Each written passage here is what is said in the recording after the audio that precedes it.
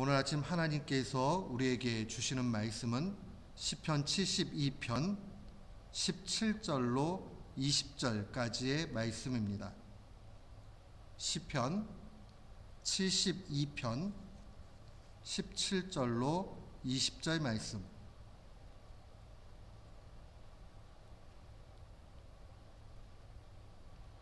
우리 17절부터 같은 마음으로 함께 봉독토록 합니다. 그의 이름이 영광이며 그의 이름이 해와 같이 장구하리로다.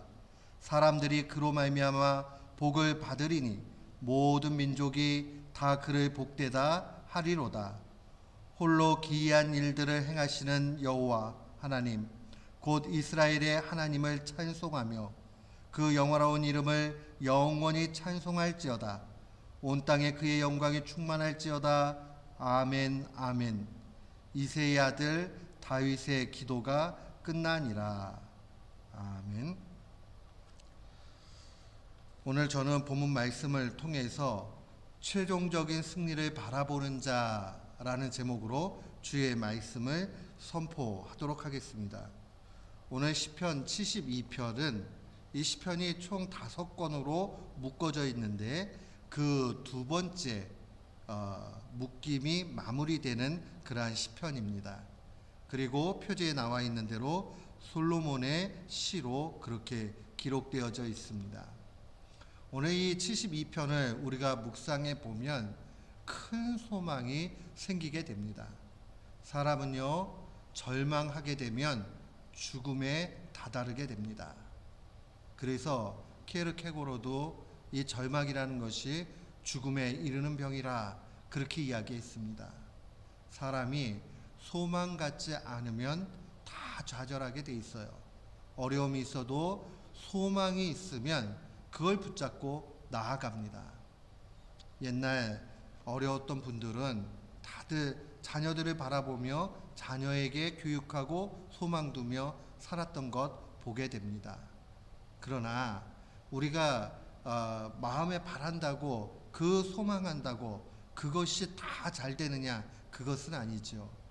때때로는 잘못된 소망을 붙잡고 가다가 낭패를 보는 경우 분명히 있습니다. 오늘 본문은 우리에게 참된 소망을 얻을 수 있는 그 부분에 대해서 증거하고 있습니다. 오늘 본문의 72편 솔로몬이 이 노래하고 있는 이 상황 속에서도 여전히 문제가 있었습니다. 4절 말씀에 보면 그가 가난한 백성의 억울함을 풀어주며 궁핍한 자의 자손을 구원하며 압박받는 자를 꺾으리로다. 이 기도의 내용들을 보면, 이 찬양의 내용들로 보면 가난한 자가 여전히 있고 궁핍한 자손이 있고 압제를 당하는 사람이 있다는 사실을 보게 됩니다. 인생사는 어쩔 수 없이 이러한 어려움이 분명히 있습니다. 이때 필요한 것이 무엇이냐? 그것을 솔로몬의 지혜자인 솔로몬은 1절에 이렇게 증거합니다. 하나님이여 주의 판단력을 왕에게 주시고 주의 공의를 왕의 아들에게 주소서. 이 이야기들을 바라보면서 우리가 알 수 있는 것은 결국 하나님께로부터 지혜를 얻는 것밖에는 없다 하는 것을 보게 됩니다. 주의 판단력, 주의 공의를 달라라고 간구해야 되지요. 그런데 우리가 이 72편을 단순히 구약의 그 현실의 역사적 정황에만 놓고 보면 반쪽만 깨닫게 되는 것입니다. 오늘 1절 말씀에 하나님이여 주의 판단력을 왕에게 주시고 주의 공의를 왕의 아들에게 달라. 이 시편 72편의 전체 내용은 20절에 나와 있는 대로 이새의 아들 다윗의 기도였고 그 기도를 이 솔로몬도 역시 동일하게 그렇게 고백하면서 나아갔다 하는 것을 볼 수 있습니다.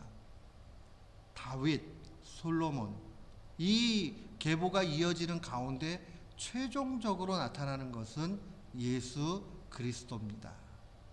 결국 우리가 이 주의 지혜와 판단력과 공의와 여기서 이 주님, 이것은 메시아에 대한 갈망, 대망이다라는 것을 놓치지 말아야 됩니다.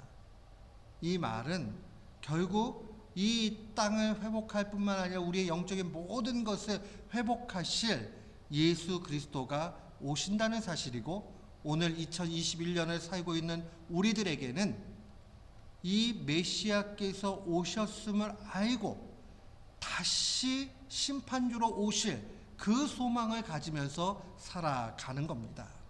사랑하는 성도 여러분, 그런 의미에서 보면 메시아를 대망했던 구약 백성들이나 예수님이 오신 이후에 이제 장차 심판주로 오실 그 재림의 예수 그리스도를 바라보는 우리는 모두가 복되다 하는 것을 보게 됩니다. 그래서 오늘 본문의 17절 말씀에 보면 그의 이름이 영구하며 그의 이름이 해와 같이 장구하리로다. 사람들이 그로 말미암아 복을 받으리니 모든 민족이 다 그를 복되게 하리로다 라고 고백합니다.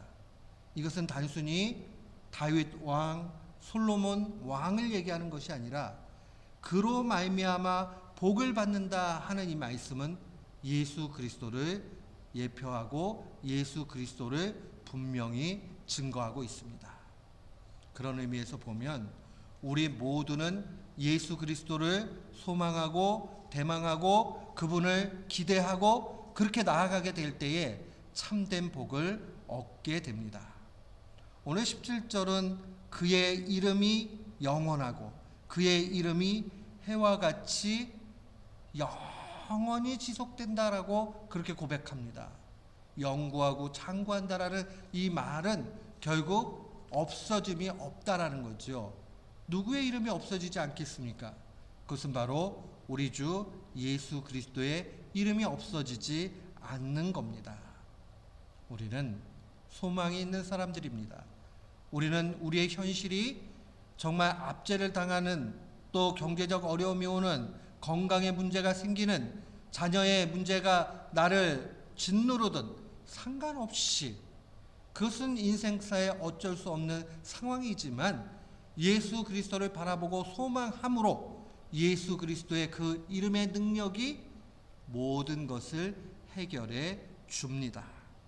그래서 16절 말씀 앞선 절에 보면 산 꼭대기의 땅에도 곡식이 풍성하고 그것의 열매가 레바논같이 흔들리며 성에 있는 자가 땅의 풀같이 왕성하다라고 그렇게 고백합니다. 결국 이 얘기는 현실의 문제까지도 하나님은 해결해 주신다는 사실 보게 됩니다. 우리 그리스도인들의 소망은 언제나 하늘에 있지요. 그러면 땅은 필요 없는 것이냐?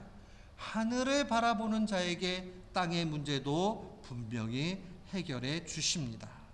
그래서 18절은 증거합니다.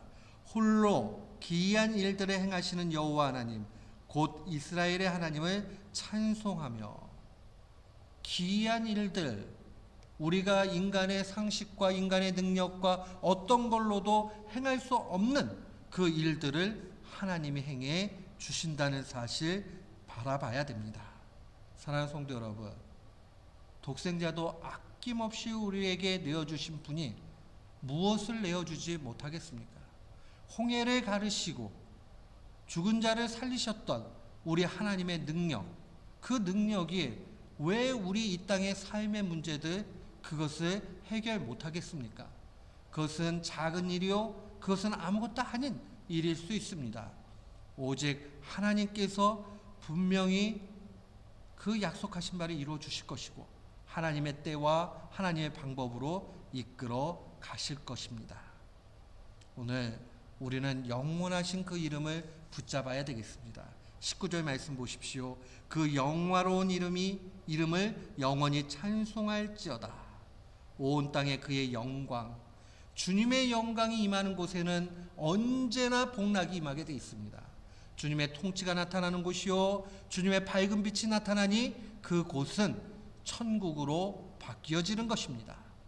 오늘 이 사실을 마음에 간직하면서 우리 주 예수 그리스도 바라보고 최종 승리를 바라보면서 결국 우리의 삶은 승리로 끝난다 하는 이 확신을 가지고 살아가야 되겠습니다. 오늘 이 말씀이 일평생에 우리의 삶의 승리가 되기를 주의 이름으로 축원합니다. 아멘.